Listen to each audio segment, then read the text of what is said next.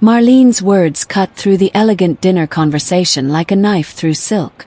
Of course, Evelyn, you wouldn't understand the complexities of managing generational wealth, she said smoothly, her smile never reaching her eyes. It's simply not something people from your background would comprehend. Polite laughter rippled around the massive dining table. Crystal glasses clinked. Servants moved silently in the shadows. My hand tightened around my wine glass until my knuckles turned white. I forced my face to remain pleasant, neutral, even as fury simmered beneath my skin. Matthew sat beside me, silent, not defending me, not correcting his sister, just silent. I felt shock first, then anger, then something colder. Disbelief mixed with calculation. These people had invited me into their home as Matthew's new wife, only to treat me like an outsider who'd stumbled into a place I didn't belong. But as I glanced around the table, I caught something. Look, quick and deliberate. Matthew's father and Marlene exchanged a glance. Brief, meaningful. It was a signal, a secret passing between them. And in that moment I understood. This family was hiding something, something they never wanted me to know. The lecture continued after dessert. Marlene's siblings joined in, their voices honeyed and condescending. They explained family ways to me like I was a child learning basic manners. We do things a certain way here, Evelyn, Matthew's brother Vincent said, swirling his brandy. Traditions matter.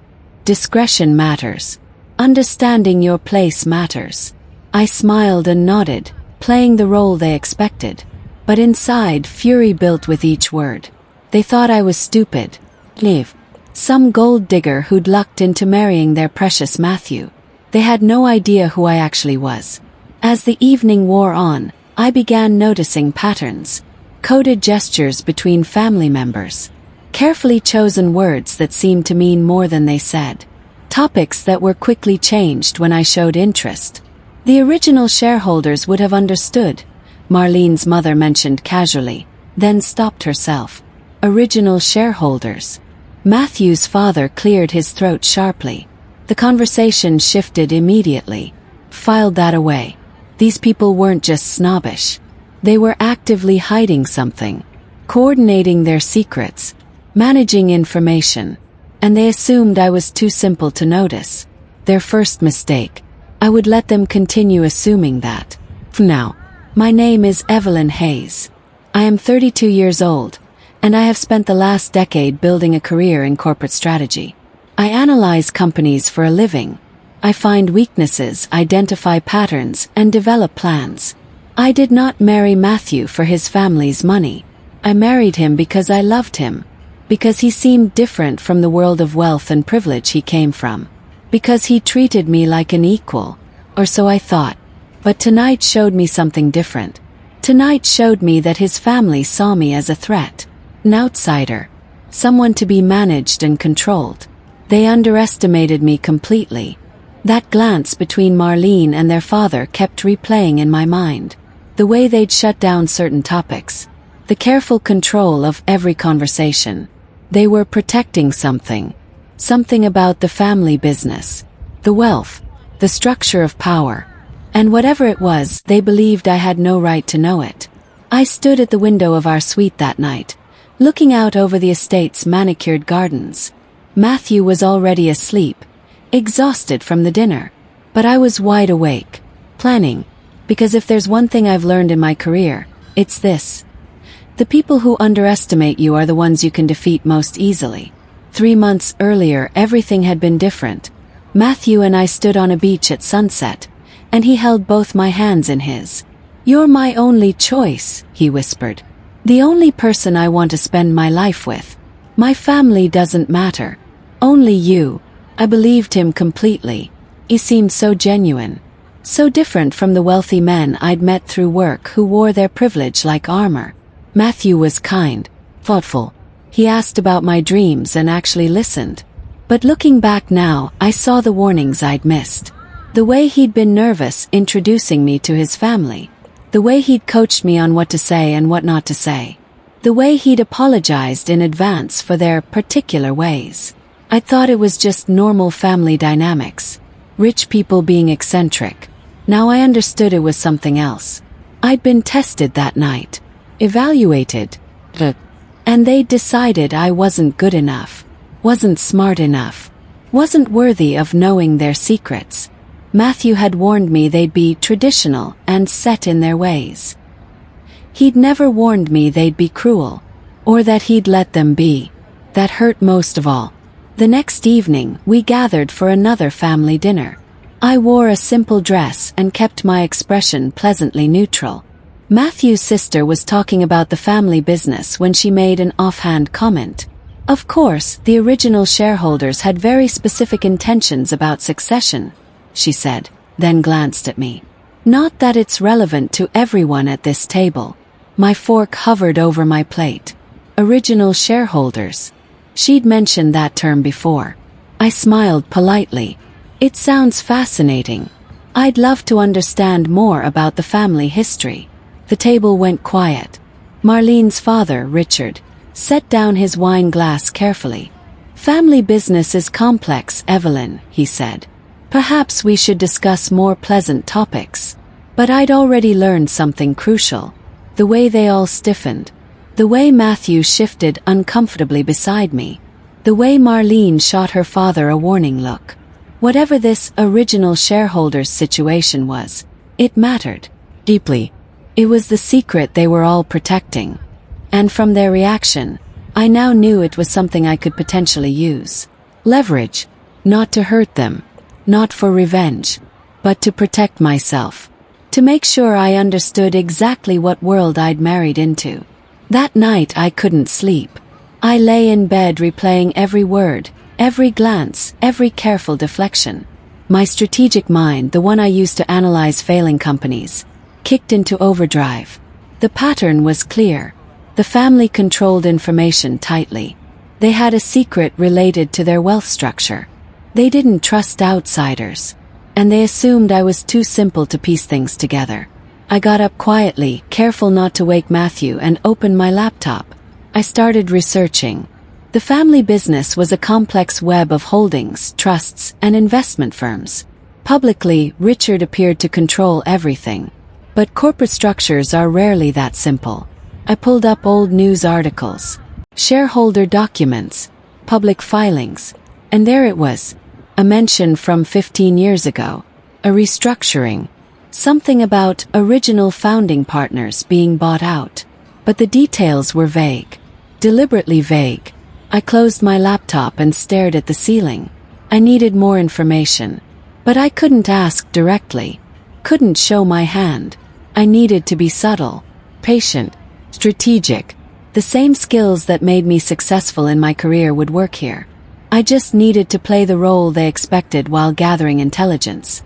The next morning I began my observation. I watched how the family interacted when they thought I wasn't paying attention.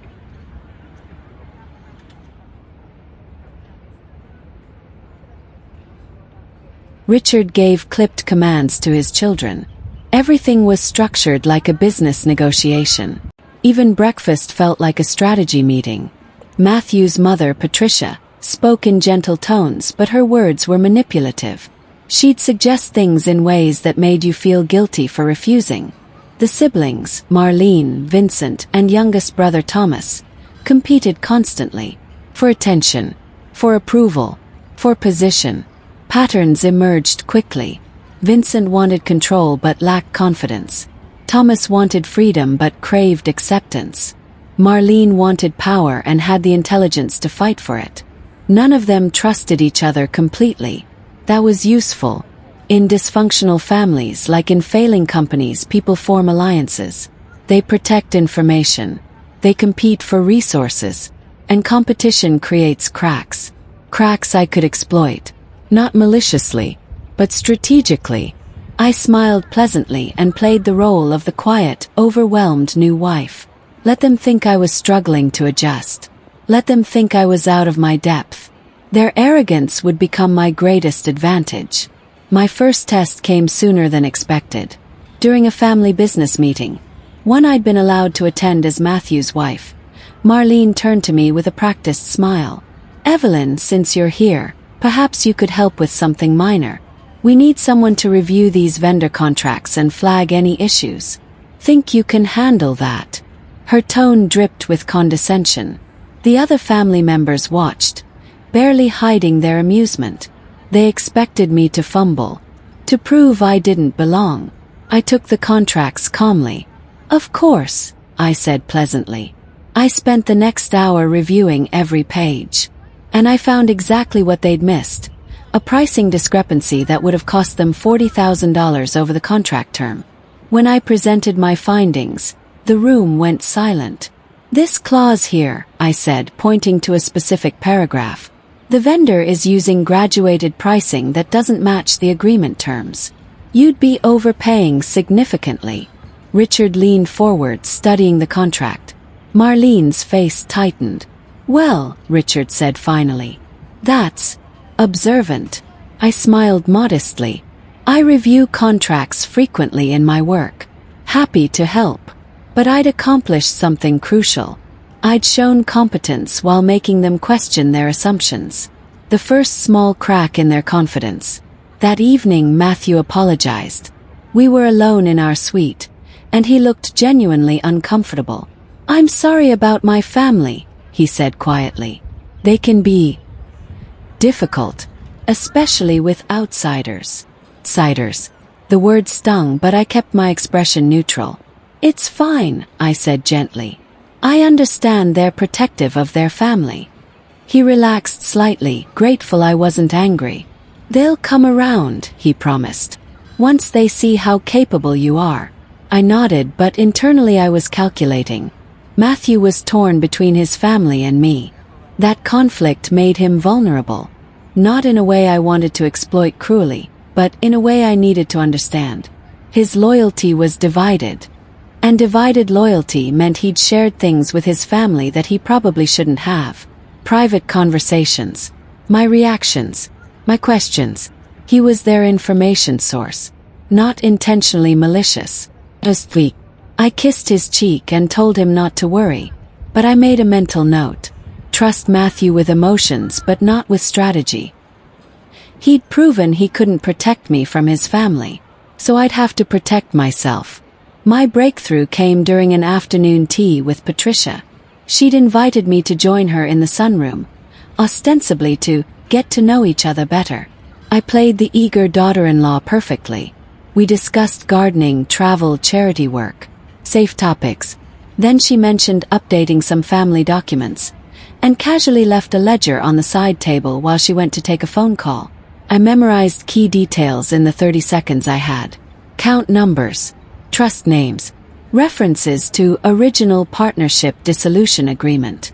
My heart raced, but my face remained calm when Patricia returned. "Sorry about that," she said, smoothly moving the ledger away. "Family business never stops." "I understand completely," I said with a smile. But I'd seen enough. The family wealth wasn't structured the way it appeared publicly. There were hidden trusts, offshore accounts, and references to an agreement that had dissolved an original partnership. Someone had been bought out, or forced out. And whatever had happened, the current family members were still protecting that secret decades later. This wasn't just about money. This was about legitimacy, about how they'd built their empire. And they were terrified of anyone discovering the truth. Over the following weeks, I implemented a careful strategy. I gently corrected small misconceptions the family had about my background. Not aggressively, but precisely. When Vincent assumed I'd never managed a budget, I casually mentioned the 8-figure accounts I'd overseen. When Patricia suggested I might not understand international business, I referenced my work consulting for companies in 12 countries. When Marlene implied I'd never dealt with complex negotiations, I described a merger I'd helped structure. Each correction was soft, modest, delivered with a smile. But they added up. Slowly, people started questioning their initial assessment of me. Richard began asking my opinion occasionally during family meetings. Thomas started treating me more respectfully. Even Marlene's hostility shifted from dismissive to wary. They were starting to see I wasn't the simple, overwhelmed outsider they'd assumed. But I was careful not to push too hard. I needed them to underestimate me just enough that they'd continue talking freely around me. Just enough that they wouldn't guard their secrets quite as carefully. The balance was delicate. But I was good at delicate. That's what strategy required. The family dynamics became clearer as I observed. Vincent and Marlene competed constantly. They wanted their father's approval and the promise of eventual control. Thomas, the youngest, felt overlooked. He made careless comments sometimes, frustrated with being dismissed. One evening I heard Vincent and Marlene arguing in the library. "Father will never give you primary control," Vincent hissed. "You're too aggressive. And you're too weak," Marlene shot back. "At least I have vision." I filed away every detail. Vincent's weakness, lack of confidence and father's approval. Marlene's weakness, ambition that made her reckless. Thomas's weakness, desire to be taken seriously. Patricia's weakness, image and reputation. Richard's weakness, maintaining the illusion of legitimate, clean wealth. Everyone had vulnerabilities. In corporate strategy, you don't attack strengths. You identify weaknesses and apply precise pressure. Not to destroy, but to achieve your objectives. My objective was simple: understand the family completely and protect myself from their manipulation.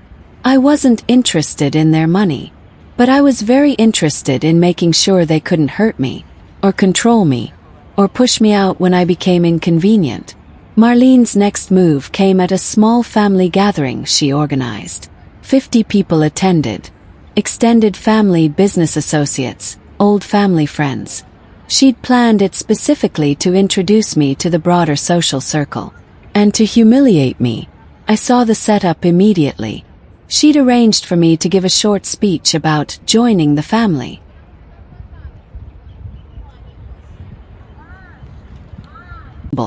To be nervous. To embarrass myself in front of people who mattered to the family's reputation. Instead, I stood up calmly. I spoke about how honored I was to marry Matthew. How much I admired the family's business legacy. How I looked forward to contributing in whatever ways I could. My speech was graceful, humble but confident, warm but not desperate. I thanked Marlene for organizing such a lovely event. The room applauded genuinely. And Marlene's smile tightened. She'd wanted me to fail publicly. Instead, I'd made her look petty for staging the test. After the event, I saw her talking intensely with her father. She was visibly unsettled, because I'd passed another test. And she was starting to realize I might be harder to eliminate than she'd assumed. The suspense built. What would her next move be? My research finally paid off.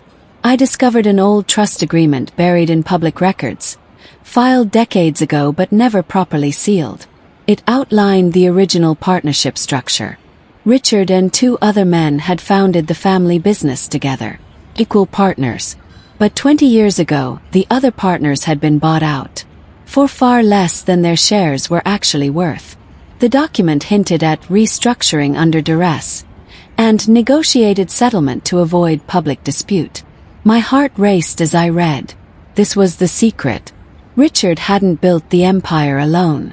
He'd had partners. And somehow, he'd forced them out and taken control.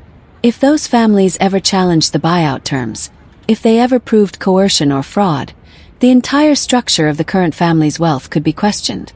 Inheritance could be challenged. Control could be disputed. This wasn't just family pride.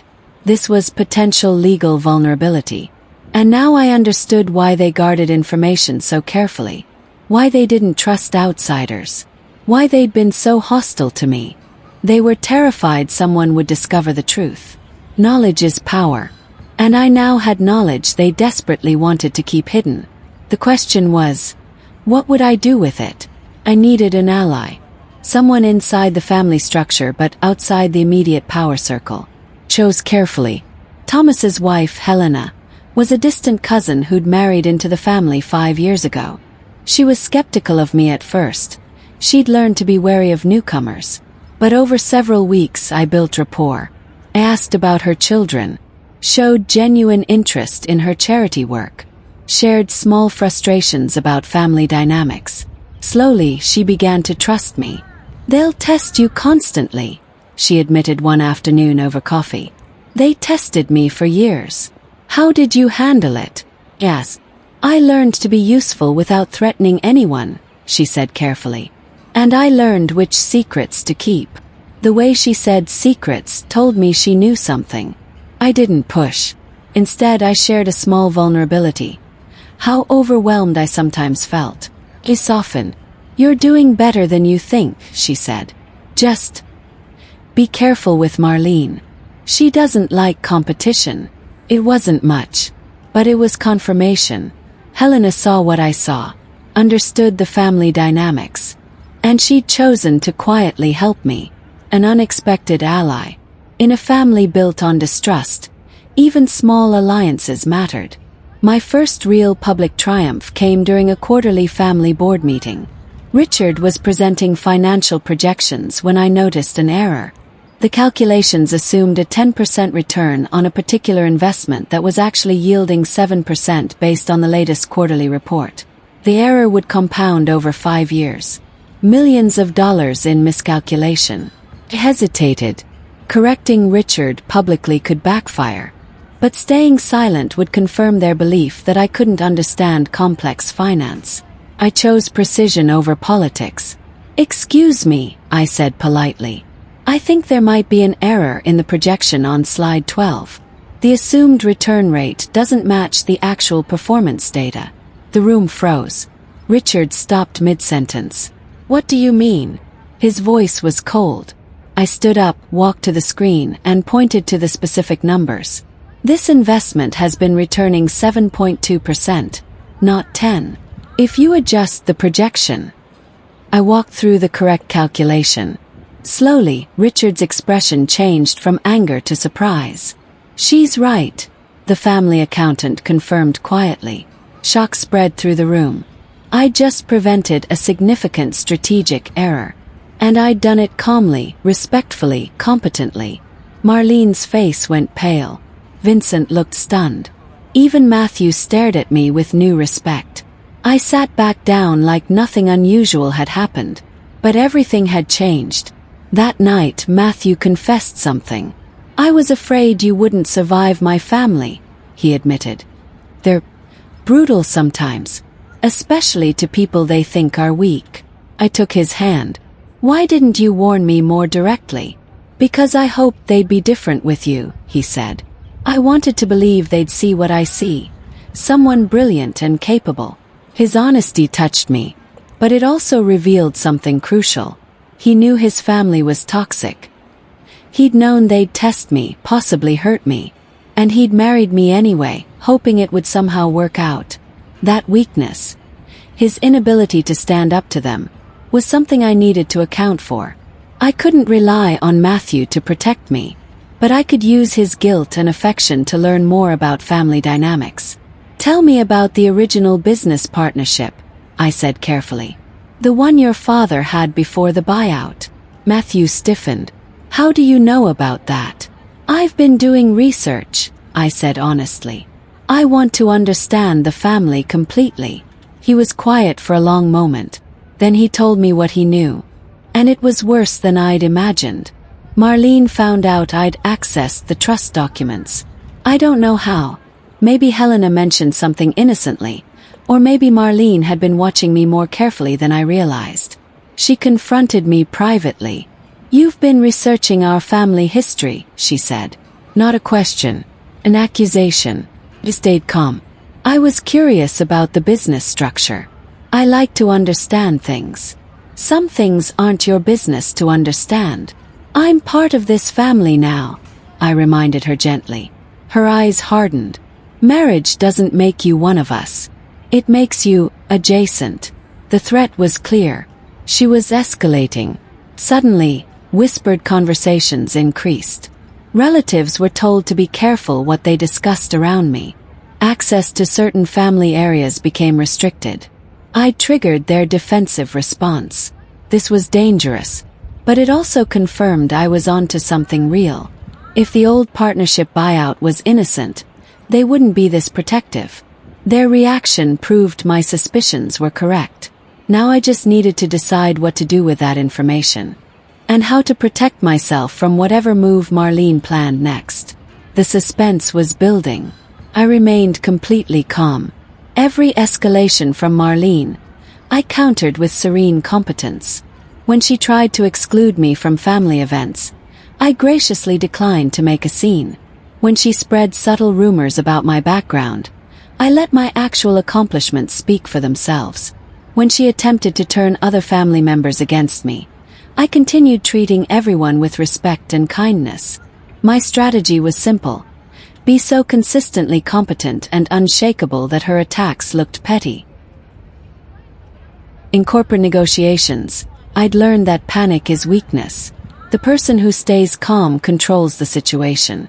Marlene was losing control, and everyone could see it. Richard started questioning her judgment. Patricia mentioned that Marlene seemed stressed lately. Even Vincent began distancing himself from her aggressive tactics. My strategic dominance grew not through attacks, but through contrast. I was reasonable. She was reactive. I was measured. She was emotional. I was professional. She was personal. And slowly, the family started to notice. When you fight someone directly, you validate their power. When you simply outlast them with competence, you demonstrate your own. Marlene was destroying her own credibility. I just needed to stay calm and let her. The family fracture came from an unexpected source. Vincent, frustrated with Marlene's increasing aggression, approached me privately. "I wanted to apologize," he said awkwardly, "for how we've treated you. It wasn't right." I was surprised but didn't show it. "I appreciate that," I said carefully. "Marlene's been difficult lately," he continued. "She sees you as a threat. But honestly, you've proven yourself more capable than most of us." He didn't realize what he was revealing. By siding with me, even subtly, he was creating a crack in family unity. Marlene had always assumed her siblings would follow her lead against outsiders. But Vincent's resentment of her ran deeper than his distrust of me. "I just want to contribute positively," I said modestly. "I'm not trying to threaten anyone." "I know," he said. "And I'll mention that to Father." After he left, I sat back and analyzed what had just happened. The family was fracturing along existing fault lines. Marlene's aggression had pushed too hard. Vincent's insecurity made him vulnerable to alternative alliances. And I hadn't even needed to manipulate anyone. I just stayed competent and calm while they destroyed their own unity. In chess, sometimes the best move is no move at all. The annual charity gala was the family's biggest public event. 500 guests, media coverage, business associates from around the world. And Marlene planned her most sophisticated attack yet.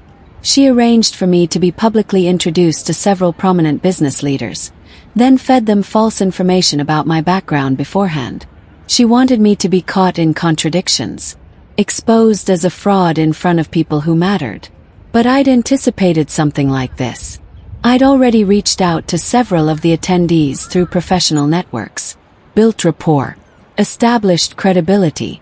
When the introductions happened, they already knew who I really was. "Evelyn and I corresponded last month about emerging market strategy," one CEO said warmly. "I've been following your consulting work for years," another added.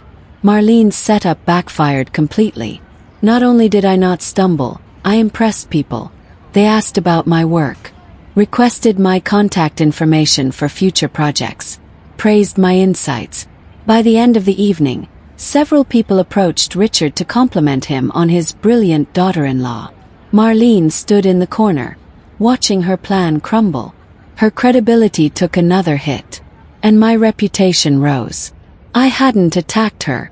I'd simply been myself, competent, prepared, professional, and that was more powerful than any revenge. The revelation came from an unexpected conversation with Thomas. After too much wine at a family dinner, he let something slip. You know the real reason Father bought out the original partners, he said bitterly. It wasn't clean.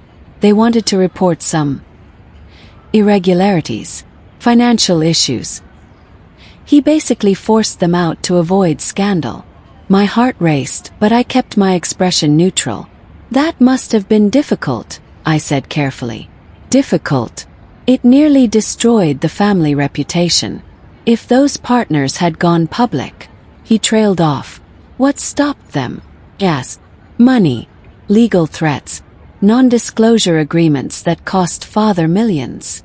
Thomas realized he'd said too much and quickly changed the subject. But I'd learned the crucial detail. The buyout wasn't just unfair. It was potentially illegal. The original partners had been silenced, not properly compensated. If this ever became public, it would destroy the family's carefully constructed image of legitimate business success. Everything was built on a covered-up scandal. And now I knew the full truth. The stakes had just skyrocketed. Because this wasn't just leverage. This was potential ruin for the entire family. And I held the knowledge in my hands. I called a private meeting with Richard and the key family members. Matthew, Marlene, Vincent, Patricia.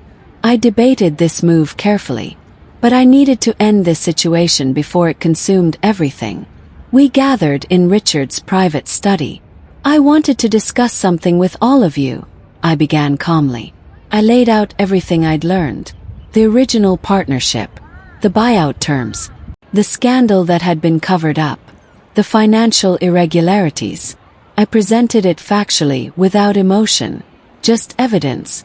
The room went silent. Richard's face went pale. Marlene looked shocked. Vincent stared at the floor. How did you? Richard started.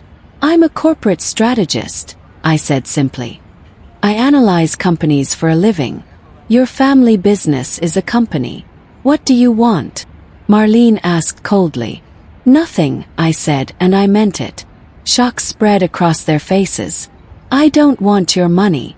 I don't want control. I don't want to expose you. Then why? Because I needed you to understand something, I interrupted. I'm not naive. I'm not weak. And I'm not someone you can dismiss or control. Richard studied me carefully. I married Matthew because I love him, I continued. Not because of your wealth. But if you continue treating me as a threat, I will protect myself with every tool I have.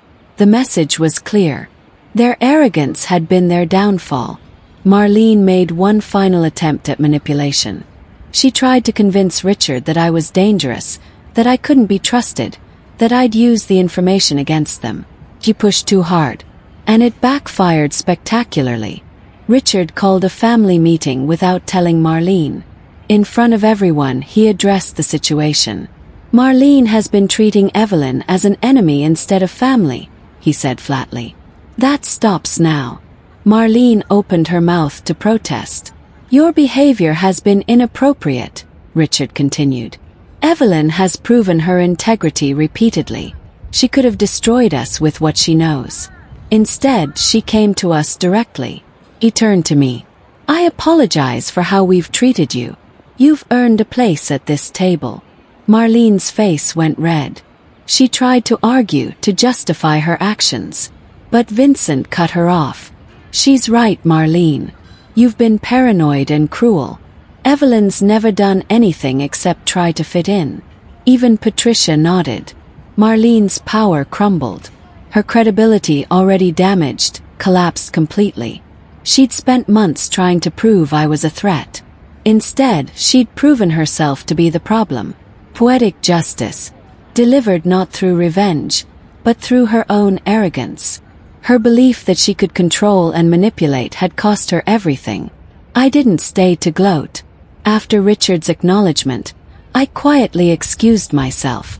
I walked out into the estate gardens, breathing in the cool evening air. Matthew found me there. You knew all along, didn't you? He said quietly. About the family secrets. About how to handle them. I'm a strategist, I reminded him. It's what I do. You could have destroyed us. I could have, I agreed. But that was never my goal. I turned to face him.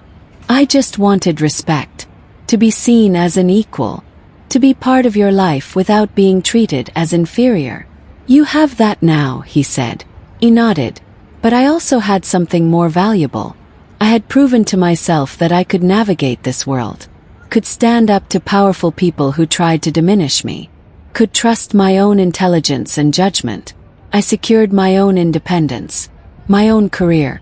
My own sense of worth. The moral was clear to me now. Knowing your worth matters more than proving it to people who refuse to see it. Trusting your intelligence is more powerful than seeking validation. And mastering strategy means understanding when not to fight at all. The family acknowledged my skill. But I didn't need their acknowledgement. Had my own. They thought they could control me. Instead, I became the one who could navigate and survive their world. Stronger than ever. And completely, finally free.